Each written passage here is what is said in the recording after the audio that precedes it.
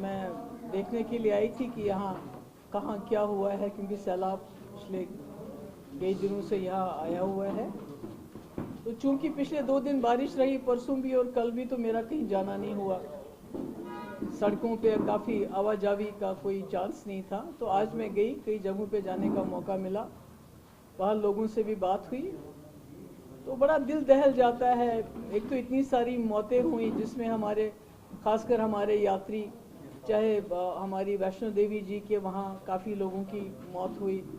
मच्छील माता है वहाँ किश्तवाड़ पाडर साइड में, वहाँ भी कई लोग जो हैं यात्रा करते हुए वहाँ से वो लैंडस्लाइड आ गया, क्लाउड बर्स्ट हो गया।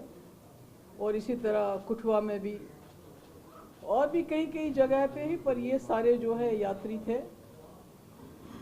और इस पे तो अफसोस ही कर सकते हैं, मगर अब लोगों का जो है, जो ज़िंदगी भर की उनकी पूंजी थी, मकान बनाए थे, कैसे बनाए थे, गरीब लोगों ने तो जो नालों में मकान बनाए थे, उसमें मुसीबत ये है कि जिस इनके पास कहीं जाने को होता नहीं है, जब ये मकान बनाते हैं तो जो अथॉरिटीज़ होती हैं इनसे पैसे लेके उनको आंखें बंद करके बनाने देते हैं, उसके बाद इनको रहमो करम पे छोड़ देते। अगर आपने इनको मकान बनाने दिया वहाँ पर, चाहे बेचारों ने छोटी सी झोंपड़ी ही बनाई, तो कम से कम उस नाले को प्रोटेक्ट करो, वहाँ कोई क्रेट लगाओ, कोई बंड लगाओ, ताकि आने वाले वक्त में इनको दिक्कत ना हो।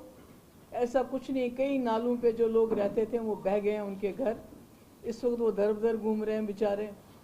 मैं यहाँ काफ़ी जगह गई, उसके बाद में सुंजवा साइड में भी गई, वहाँ तो ऊपर से लैंडस्लाइड आ गया है, वहाँ भी लोगों को बड़ा नुकसान हो गया है। वहाँ जो गुजर बरादरी के, उनकी गाय भैंस लोन लेके जो लिया था वो भी तबाह हो गए। उसके बाद में अरसपुरा चली गई, वहाँ तो लोगों के खेत, कोई 2000 एकड़ ज़मीन उनकी तबाह हो गई है, जिसमें पानी आ गया है। वहाँ सड़क टूट गई है, जिसका जोड़ना इमीडिएटली बहुत ज़रूरी है, क्योंकि उनका बिल्कुल वहाँ 2-3 जगह सड़क कट गई है, पूरा रास्ता ख़त्म हो गया है।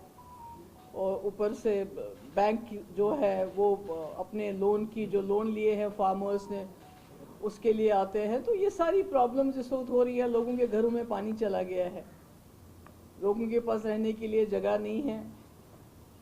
और स्मार्ट सिटी का क्या हाल है, मेरे ख्याल में आप मेरे से ज़्यादा आप लोग जानते होंगे उसकी क्या तबाही हुई है। तो मेरा ये कहने का मकसद है कि एक तो इसका इमीडिएट असेसमेंट करना चाहिए, और एक तो जो इंफ्रास्ट्रक्चर हमारा ख़राब हो गया है, जिसमें स्कूल है, हमारे पुल हैं, जो पुल अब बने थे वो टूट गए, जो आज से 50 साल 60 साल पहले बने हैं वो खड़े के खड़े हैं। ये भी देखने की ज़रूरत है कि इसमें क्या हुआ है। इसमें सीमेंट के बदले कहीं खाली रेत तो नहीं लगाई गई है, वो देखने की ज़रूरत है। और जब गर्म में असेसमेंट, क्योंकि हमें एक्सपीरियंस है 2014 जब कश्मीर में फ्लड आए थे, तो मुफ्ती साहब को बड़ा चैलेंज था, आते ही इसी तरह तबाही हुई थी जो आज तबाही यहाँ पर है। तो हमने जब असेसमेंट उससे पहले करवाई थी, तो क्या होता था, जो घर टूट गया है तो उसको लिखते थे फुली डैमेज, जिस घर में पानी गया बोलते थे नहीं ये डैमेज नहीं है। मगर ऐसा आज ऐसा नहीं होना चाहिए, क्योंकि जिस घर के अंदर पानी चला गया वो ज़िंदगी भर के लिए रहने के लायक नहीं है। एक बार मकान में पानी चला जाए, मकान में पानी ठहर जाए, तो वो ख़तरनाक हो जाता है उस मालिक मकान को, उसको तोड़ के नया बनाना। इसलिए मेरी सरकार से गुजारिश है, जब आप असेसमेंट करें तो ये फुल्ली और पार्शली डैमेज ना करें। फुल्ली डैमेज जिनके मकान खड़े भी हैं, दीवारें खड़ी हैं या मकान खड़ा है, उनको पूरा मुआवजा मिलना चाहिए। इसी तरह जो नाले हैं, या तो आप गरीब लोगों को कहीं जगह दे दीजिए, दूसरी बसाइए, चाहे वह तवी का नाला है, चाहे दूसरे नाले हैं जहाँ पर ये लोग गरीब लोग रह रहे थे, जिनके मकान बह गए हैं, या तो उनको ऑल्टरनेट ज़मीन दे दीजिए जहाँ वो अपने छोटे छोटे घर बना सके। अगर वो नहीं कर सकते तो फिर इनसे नालों के हम बंड बना लीजिए ताकि उनकी सेफ्टी हो जाए। वो भी नहीं कर रहे हैं आप। अभी हम यहाँ से गए थे इधर पुरखू साइड में, बंद तालाब साइड में, तो वहाँ तो पूरी पहाड़ी नीचे आई है। तो मेरा ये कहने का मकसद है कि ये बीजेपी के एमएलएस के लिए चैलेंज है। उनकी डबल इंजन की सरकार इस तरह है, दिल्ली में भी उनकी सरकार है, यहाँ वो सारे जितने भी एरियाज़ हैं उनके एमएलएस वो हैं। यहाँ की गवर्नमेंट के लिए भी जो बनी है यूटी गवर्नमेंट, उनके लिए भी चैलेंज है कि वो दिल्ली की सरकार को इस चीज़ के लिए आमादा करें कि जिस तरह 2014-2015 में जब मुफ्ती साहब की सरकार थी, जो रिकन्स्ट्रक्शन का प्रोग्राम हमने किया था, एशियन डेवलपमेंट बैंक से भी लोन लिया था, मरकज़ ने भी मदद की थी, तो हमने जिनके घर टूटे थे, बर्बाद हुए थे, वो बसाए। जो ट्रेडर्स थे उनको हमने जो है लोन सबवर्शन, इंटरेस्ट सबवर्शन का प्लान दिया था। इसी तरह से कोशिश की हमने कि जो जो इफेक्टेड है उनकी मदद हो जाए, किसानों के लिए भी जो कर सकते कर लिया।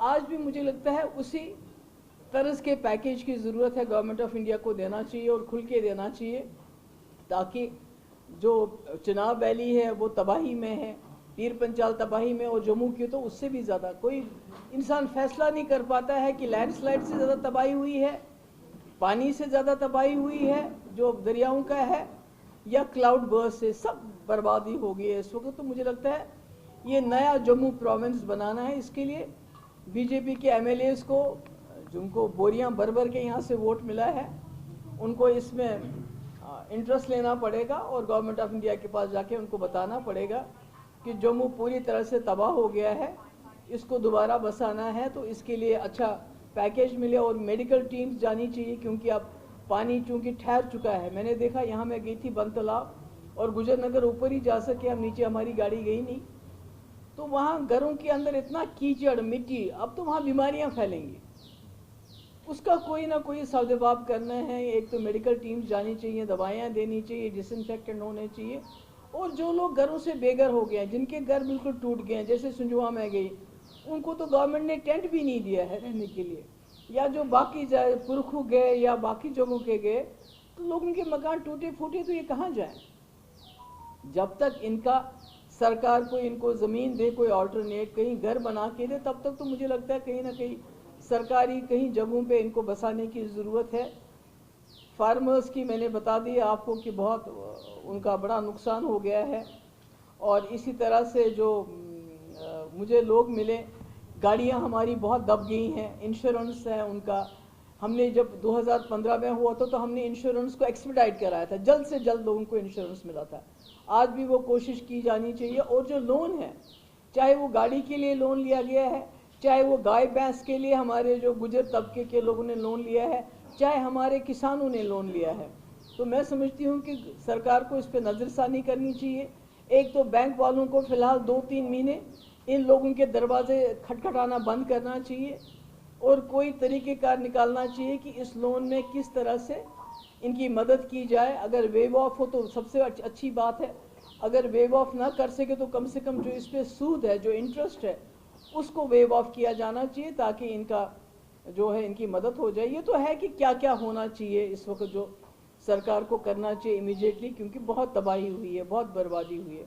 मगर अब मुझे लगता है कि जम्मू कश्मीर के लोगों को, और ख़ासकर इसमें जम्मू में, उनको मैं ये बताना चाहती हूँ कि अब हमको जागना चाहिए।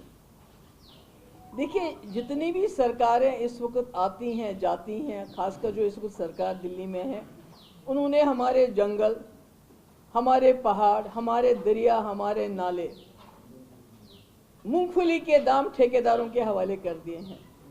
वो कितने पेड़ काटना चाहे, लाखों पेड़ डेवलपमेंट के नाम पे, कि हमने जी 6 लेन बनानी है, हमने जी टनल बनाना है। टनल बनाते हो तो आप पहाड़ के सीने को चीर के वहाँ से मिट्टी, वहाँ से जो हमारे चश्मों का पानी सारा निकल आता है, तो हमारे पहाड़ खोखले कर दिए। अभी आपका अमृतसर कटरा 4 लेन या 6 लेन बन रहा है। तो ये समझते हैं, लोगों को अकल नहीं है। ये जो हमारे देवी देवता जिन्होंने जंगलों में ऊपर जाके अपना घर बनाया है एकांत में, तो आप जो ये दर्शन के मजहबी जो हमारी जो मंदिर हैं, ये मंदिर है पूजा के लिए, इसके लिए 3 महीने 4 महीने कोई प्लानिंग करे फिर चला जाए। आपने इसको पिकनिक स्पॉट बनाया हुआ है। आप देखिए, 4 धाम में आपने इतनी सड़कें बनाई, उत्तराखंड हो, वहाँ से जो भी एरिया हो, कि आज 2 धाम आपके बंद हो गए हैं। क्यों? क्योंकि ठेकेदारों के लिए आपने जो है जंगलों के सीने चीरने हैं। अभी ये जो अमृतसर और कटरा रोड बन रहा है, इसमें भी लाखों पेड़ कटने हैं। आपने वहाँ की रोजी रोटी जो है कटरा के, उनके पेट पे लात मार के आप कहते हैं लिफ्ट चेयर लेंगे, उसमें भी बहुत सारे पेड़ कटेंगे, बहुत तबाही बर्बादी होगी।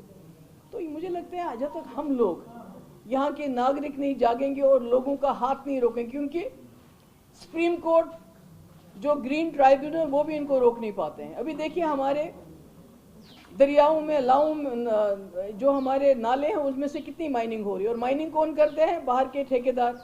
वो इतनी बड़ी बड़ी मशीनें लगाई उन्होंने, जहां पर 1 मीटर जाना चाहिए वहां 5 मीटर जान रहे हैं, यानी हमारे दरियाओं को वो खोखला कर रहे हैं।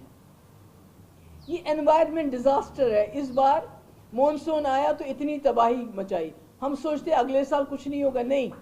ये जो क्लाउड बर्स्ट है, लैंडस्लाइड्स हैं, ये जो दरियाओं के बीच में इतना पानी आ रहा है, ये रुकेगा नहीं अब, क्योंकि हमने खुद अपने एनवायरनमेंट के साथ छेड़छाड़ इतनी ज़्यादा की है कि आज हम खुद तो बर्बाद हो गए, जो हमारी आने वाली नस्लें हैं उनके लिए हम तबाही छोड़ के जा रहे हैं। जब तक मैं समझती हूँ लोग खुद नहीं जागेंगे, जब तक हम बात नहीं करेंगे। मैं तो कहती हूँ सुप्रीम कोर्ट को 100 मोटो नोटिस लेना चाहिए, क्योंकि ये सारा हिमालयन रीजन जो है ये बहुत ही ज़्यादा डेलिकेट है, बहुत सेंसिटिव है। चाहे उत्तराखंड हो, हिमाचल हो, आज पंजाब भी बर्बाद हो गया है बारिश से, पानी से, दरियाओं से, और जम्मू कश्मीर है। इसमें उनको 100 मोटो नोटिस लेना चाहिए। और ये जो बर्बादी है डेवलपमेंट के नाम पे, ये जो ठेकेदारी, ये तो सरकार, वो कहते थे कि प्राइवेट लोगों को काम करने दो, सरकार का उसमें कोई दखल नहीं है। तो आप में तो ठेकेदार, आपकी जेब में सारा पैसा सरकार की जेब में जाता है। बड़े बड़े प्रोजेक्ट जहाँ ज़रूरत भी नहीं है वहाँ भी 6 लेन बनाओ, वहाँ भी टनल बनाओ। जहाँ टनल की ज़रूरत है, अगर आप मुगल रोड पे टनल बनाएंगे तो ये जो नेशनल हाईवे हमारी है जो रोज़ बंद होती है, इसका दबाव कम हो जाएगा, वो नहीं करते। समथन पे टनल नहीं बनाते हैं जहाँ से आपका दबाव कम हो जाएगा, मगर छोटी दर्जनों टनलें बनाते हैं, जिसकी वजह से हमारी बिल्कुल तबाही, क्योंकि उसमें पैसा मिलता है। तो मेरा यही है कि अगर लोग अभी भी नहीं जागेंगे तो कभी नहीं जाग पाएंगे। एनवायरमेंटल क्लियरेंस, उसको कोई नहीं देखता है। काटो पेड़, चाहे एनवायरमेंटल क्लियरेंस मिले नहीं, क्योंकि सरकार का प्रोजेक्ट है, ठेकेदार ने पैसा दिया होता है, वो सब कुछ। कश्मीर के करेवास पे हमला, जम्मू की पहाड़ियाँ, हमारे पास तो कुछ नहीं है, सब ठेकेदारों के पास है। जो जहाँ चाहे ठेकेदार उसको खोद के जितना चाहे वो उसमें से मिट्टी सब निकाल सकते हैं, कोई नहीं है। चुनाव वैली देखिए, इस वक्त मौत का कुआं बन गई है, वहाँ देखिए कितनी बर्बादी हो गई है, कोई पूरी तबाही हुई है। मुझे नहीं लगता है आने वाले 10-15 साल के बाद वो जगह रहने के काबिल भी रहेगी। टूरिज्म और रिलीजियस टूरिज्म, इसको ठीक है, टूरिज्म बहुत अच्छी बात है, रिलीजियस टूरिज्म बहुत अच्छी बात है, पर उसको रेगुलेट करने की ज़रूरत है। ये नहीं कि लाखों लोग आए एक दिन में तो ताकि आपकी वाहवाही हो जाए। मैं भी गई हूँ वैष्णो देवी, मैंने भी बहुत देर हमने सोचा, उसके बाद पहाड़ी चढ़े चले और अच्छा लगा। आज आप चाहते हैं कि करके सब लोग पहुँच जाए, इतनी सड़कें बनाए कि जो 4 घंटे का सफ़र है उसको आप आधे घंटे में तय करें, 1 घंटे में तय करें। और ये करते करते आप वातावरण के साथ इतनी बर्बादी, इतनी तबाही कर रहे हैं जिसका कोई हिसाब ही नहीं है। तो इसलिए मेरी गुजारिश है अपने जम्मू के लोगों से, उन्होंने इस बार देखा जो हमने 2014 में कश्मीर में देखा, हमने आज जम्मू को भी देखना पड़ा कि हम लोग, खासकर जवान जो यूथ है वो जाग जाएं। और ये जो पेड़ों की कटाई है, जंगलों की कटाई है, जंगल में कोई गुजर मनाता है डोका तो उसको बाहर निकाल देते हो आप, हालांकि वो पेड़ नहीं काटता है, उसकी गाय बकरियां वहाँ चरती हैं, मगर आप खुद मशीनें लेके जंगलों को ऐसे साफ कर रहे हो इस वक्त। तो मेरी ये गुजारिश है कि एक तो बहुत बड़ा पैकेज की ज़रूरत है। ये 209 करोड़ रुपए कुछ देके गए हैं मरकज़ से यहाँ आके, उससे काम चलने वाला नहीं है। हज़ारों करोड़ों की ज़रूरत है। जो मैंने तबाही देखी, हालांकि मैं ज़्यादा जगह जा नहीं सकी, जो नुकसान हुआ है घरों का, सामान का, गाड़ियों का, माल मवेशी का, खेतों का, उसके लिए ये नहीं चलेगा। और मेरी गुजारिश है यहाँ की यूटी सरकार से, जो लोग डिस्प्लेस हो गए, जिनके घर तबाह हो गए, बेशक वो दरिया के किनारे नालों में रहते थे, उनको पहाड़ियों में रहते थे, उनको अल्टरनेट ज़मीन दे दीजिए, छोटा सा टुकड़ा दे दीजिए। हम तो बड़े बड़े होटल वालों को और बड़े बड़े ये जो इंडस्ट्रीज़ को इतनी ज़मीन देते हैं, इन बेचारों को भी 5-5, 10-10 मरला ज़मीन दे दीजिए तो क्या जाएगा, कहीं दे दीजिए, इनको बसाइए, या फिर उन नालों को ठीक कर लीजिए। और कोई पैकेज होना चाहिए। मैं तो कोई अर्थशास्त्री नहीं हूँ, मैं नहीं बता सकती कि कितना बड़ा पैकेज होना चाहिए ताकि जो घर जिनके टूटे हैं, जिनके घर तबाह हो गए हैं, वो दोबारा घर बना सके। जिनके लोन्स हैं उसमें इंटरवीन करने की ज़रूरत है, जिनकी गाड़ियाँ बर्बाद हो गई हैं उसमें मदद करने की ज़रूरत है, जिनके माल मवेशी इसमें बह गए हैं, ख़त्म हो गए हैं उनकी, और ख़ासकर फार्मर्स की, उनकी बात कोई सुन नहीं रहा है। बासमती जो हमारा बाउल है अरसपोरा, वहाँ बड़ी तबाही हुई है, वहाँ सड़कें कट गई हैं। तो मैं समझती हूँ कि मरकज़ी सरकार को इस वक्त इसमें पूरा दिल खोल के मदद करनी चाहिए, जैसे मुफ्ती साहब के वक्त में भी मदद की थी, आज भी मदद करनी चाहिए, क्योंकि जम्मू में बहुत तबाही हो गई है, बहुत बर्बादी हो गई है। और ये जो डेवलपमेंट के नाम पे ये जंगल पहाड़ इन्होंने ठेकेदारों के नाम कर दिए हैं, ये माइनिंग के नाम कर दिए हैं, इसको बंद करना पड़ेगा। ये अगर इसी तरह चलता रहा तो कुछ रहेगा नहीं, बचेगा नहीं। Thank you. जिम्मेवारी है श्री माता देवी वैष्णो की जो श्राइन बोर्ड है, उनकी जिम्मेवारी है, उनका वही सब कुछ वहाँ करते हैं, वही देखभाल करते हैं, उनकी जिम्मेवारी, उनको देखना चाहिए। और अभी भी देखिए जितने लोगों की हमें मौत के बारे में पता चला उससे ज़्यादा मिसिंग है, क्योंकि छुपाने में बड़े माहिर है। कुंभ मेले में अभी तक कितने लोग मरे अभी तक पता नहीं, बताते नहीं आपको। तो इसी तरह यहाँ कितने लोग मिसिंग है, उनके कितने, चाहे वो मच्छिल माता के वहाँ हो, चाहे वो वैष्णो देवी के वहाँ, हमें पता नहीं है, क्योंकि बताता नहीं कोई। तो ये तो जिम्मेवारी फिक्स है। अभी जो ब्रिज अभी बने थे नए नए, उस पर जिम्मेवारी फिक्स होनी चाहिए, वो क्यों टूटे? क्यों इतना इंफ्रास्ट्रक्चर हमारा, ये जो इतना डेवलपमेंट के नाम पे लोगों को मूंगफलियों के दाम दे देते हैं, अपना कमीशन लेते हैं, तो ये इतनी जल्दी ये पुल क्यों टूटते हैं? तो पता चलना चाहिए क्या किया, कौन सा ठेकेदार है, किसने किया, कैसे हुआ। मुझे लगता है we have to fix the responsibility, some heads should roll. Thank you. मैं कहती हूँ हर जगह, जहाँ भी, एक जगह नहीं, जहाँ भी इस किस्म का हुआ कि नया पुल अभी इनॉग्रेट हुआ उसके बाद टूट गया, मुझे लगता है ये देखने की ज़रूरत है, क्योंकि इंफ्रास्ट्रक्चर बहुत तबाह हो गया है। इंफ्रास्ट्रक्चर को रीबिल्ड करने के लिए बहुत पैसा चाहिए, मगर इंफ्रास्ट्रक्चर बिल्ड करने के साथ साथ जो लोगों के घर टूटे हैं, जो लोगों की ज़िंदगी बर्बाद हो गई है, जो लोगों की ज़िंदगी भर की कमाई तबाह हो गई है, गाड़ियाँ तबाह हो गई हैं, माल मवेशी तबाह हो गए हैं, उसकी तरफ सरकार को पहली प्रायोरिटी देनी चाहिए। और जो लोग घर से बेघर हो गए उनको बसाने के लिए सरकार को पहला काम करना चाहिए। और जो मकान जिसमें पानी घुसा है, अगर वो मकान खड़ा भी है, उसको फुली डैमेज समझ के उसको पूरा मुआवजा मिलना चाहिए। Thank you so much. Flash flood के दौरान जो सबसे ज्यादा इफेक्ट है वो बच्चों की पढ़ाई पे पड़ा है। क्या गवर्नमेंट को इस तरह से सोचना चाहिए कि बच्चों की जो फीस है और स्टडी मटेरियल है जो इसमें गवा चुके हैं, उसके लिए कोई रिलीफ? मैंने देखा, अभी मैं गुजर नगर में ऊपर से देख रही थी, वो कीचड़ में से किताबें निकाल रहे थे। मतलब घर में जो भी है, किताबें हो, कपड़े हो, बिस्तरा हो, सारा बर्बाद। में घर ही जब बर्बाद हो गए, जब घर में पानी घुसता है तो वो रहने के लायक नहीं रह सकता, क्योंकि फिर उसकी दीवारें बिल्कुल वो कच्ची हो जाती हैं। तो मैं कहती हूँ कि जहाँ जिस चीज़ की ज़रूरत है, स्कूल बिल्डिंग्स भी बहुत तबाह हो गई हैं, प्रियोरिटी पे स्कूल बिल्डिंग्स हमारी बननी चाहिए, क्योंकि बच्चे तो, तालीम है तो सब कुछ है। तो मैं कहती हूँ कि प्रायोरिटाइज करना चाहिए इस वक्त गवर्नमेंट ऑफ इंडिया को और यहाँ की गवर्नमेंट को, कि जिस तरह से भी हो सके लोगों तक मदद पहुँचाने की ज़रूरत है। जम्मू का दौरा रहा और कश्मीर भी जो है वो उस पर भी इम्पैक्ट पड़ा है इस इंक्रीमेंट वेदर से। क्या लगता है आपको कश्मीर का दौरा जो है वो क्यों नहीं किया गया, और जो ओवरऑल डैमेज हुआ है क्या उसकी अभी तक कोई रिपोर्ट जो है वो पहुंच पाई? मुझे नहीं लगता रिपोर्ट अभी तक आई, पर एक बात मैं बताना चाहती हूँ कि कश्मीर में कंपैरेटिवली कल तक तो ठीक था। कल से वहाँ कई जगह दरिया जहलीम में ब्रीच हो गया, और दरिया जहलीम के लिए प्राइम मिनिस्टर पैकेज में एक बहुत बड़ा अमाउंट उस वक्त सैंक्शन किया गया था, मगर सैंक्शन हुआ 2015 में, 2022 तक कुछ नहीं हुआ। 2022 में वो कहते हैं कि अब टेंडर हुए, और आज तक जहलीम रिवर पे कोई काम नहीं। अगर काम होता तो जो कल पिछले 2 दिन से कश्मीर के हालात है वो हालात नहीं होते। सैंक्शन करना एक बात है, रिलीज करना दूसरा बात है। मैं जम्मू के लोगों को बताना चाहती हूँ, जब आप सुनेंगे इतना बड़ा पैकेज अनाउंसमेंट हो गया, मेहरबानी करके थालियां मत बजाइएगा, तालियां मत बजाइएगा, और जब बोलेंगे सैंक्शन हो गया तब भी मत तालियां बजाइए। जब तक रिलीज नहीं होगा, आपके हाथ में नहीं आएगा, तब तक न थाली बजाइएगा न ताली बजाइएगा। जीएसटी के बीच में जो चेंजेस हुए हैं अभी तो नहीं, अभी आज यही मेरा हिमाचल प्रदेश के कुल्लू में लैंडस्लाइड हुई है। वो मैंने सुना आज वहाँ 7 कश्मीरी और कई लोग अभी ट्रैप्ड है वहाँ पर। एक तो जैसे यहाँ लोग मारे गए जिसका, क्योंकि अगर मकान जाता है तो वो दोबारा बन जाता है, जब लोगों की जानें चली जाती हैं तो वो बहुत अफसोस है। और वहाँ से मैसेजेस आ रहे हैं कि कई 30-40 लोग अभी बंद पड़े हैं वहाँ, उनको किस तरह कश्मीर लाया जाए वो मुझे लगता है सरकार को देखना पड़ेगा। तो ये तो मैंने वही तो कहा, ये आज का आप सोचेंगे इस साल मानसून आ गया, बात ख़त्म हो गई, बात ख़त्म होने वाली नहीं है। अगर हम लोग उठ खड़े नहीं होंगे और डेवलपमेंट के नाम पे जो हमारे पहाड़, हमारे जंगलों को, हमारे दरियाओं को खोखला किया जा रहा है, जब तक हम इसको रोकें, क्योंकि सुप्रीम कोर्ट की कोई सुनता नहीं, अब सुप्रीम कोर्ट की कोई सुनता नहीं, ग्रीन ट्राइब्यूनल की कोई सुनता नहीं, एनवायरनमेंट सर्टिफिकेट की कोई महसूस नहीं होती, ज़रूरत दे ना दे चलता है काम।